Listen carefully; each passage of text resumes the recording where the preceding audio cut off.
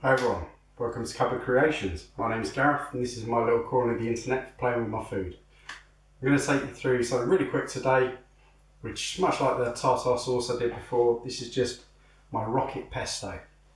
Now, the reason I like a bit of a rocket pesto rather than the basil one is just because it's so easy to make. Peppery rocket really works well. So, take you through it, it's going to take a couple of minutes. Only thing you're going to need really is a food processor, and essentially all we're going to do is whack everything in. So I've got 60-gram pack of rocket pesto here. Rocket pesto? Rocket. And what we've got to do is cram as much of this in here as we can. That's about as much as I'm getting in on this one. So we'll just give it a quick little whiz up to lower it down, get the rest in.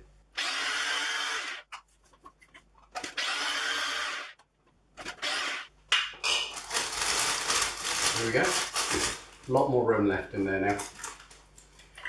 So there we go, rocket's in. I'm going to whiz that down so that it's quite roughly cut, then we can shove in the rest of the ingredients.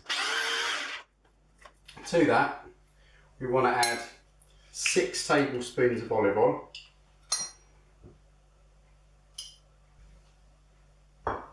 And then you have a choice. So I want a bit of garlic in there. So I'm going to use the garlic infused olive oil. Just because it makes life a little bit easier for me, to be honest. You can just put garlic in. You are whizzing it down, so it will mix through. So we're going to use 2 tablespoons of the garlic oil or 2 cloves of garlic. And then just pop them in, cut them up a little bit, whack them in and give it a whiz up. So now, Parmesan. Absolutely vital ingredient of this. So we're going to put in 40 grams of Parmesan, which is about most of the block I've got here.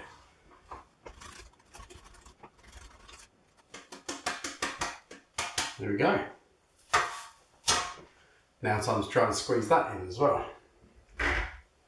Really should get myself a bit of a bigger food processor.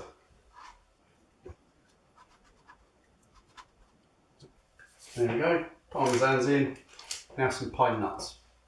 Now I found, unlike a normal pesto, you don't need a lot of these, but they do create just like a little bit of sweetness in there, which goes really, really well. So we want to put in 20 grams pine nuts.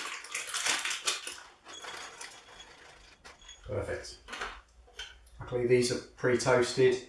You can use normal ones, you know, it's a bit nicer if they're toasted, just get a bit more flavour, but it's not 100% necessary, still tastes bloody good.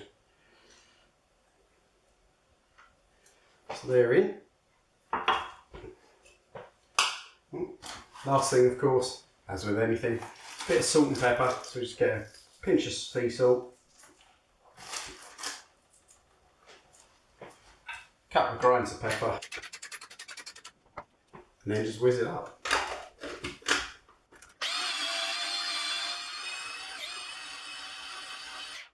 Perfect. Absolutely spot on. There we have lovely thick rocket pesto. Brilliant. So now it's going to whack in a jar.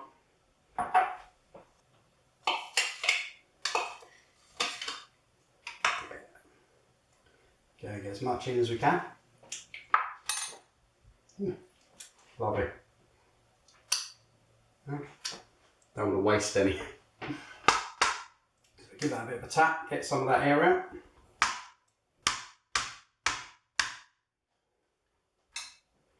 Perfect.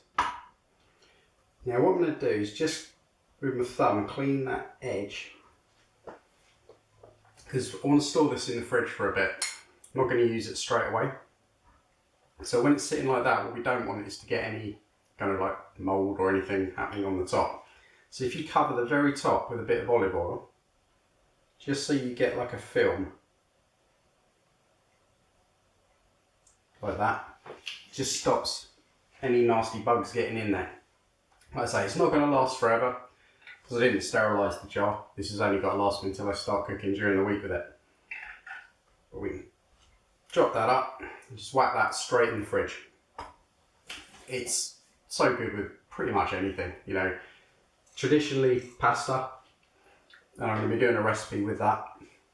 But also little things like a chicken sandwich. Just chop up a bit of chicken, whack some pesto on top. Absolutely brilliant. So I'm going to have a few little pesto recipes coming your way. And that's the basis for it. So we have it. Lovely rocket pesto. Nice, and it's got a few little chunky bits in there. That's exactly what you want. That'll serve 4 people. Go with pretty much anything. Hope you give it a go and hope you enjoy it. Cheers.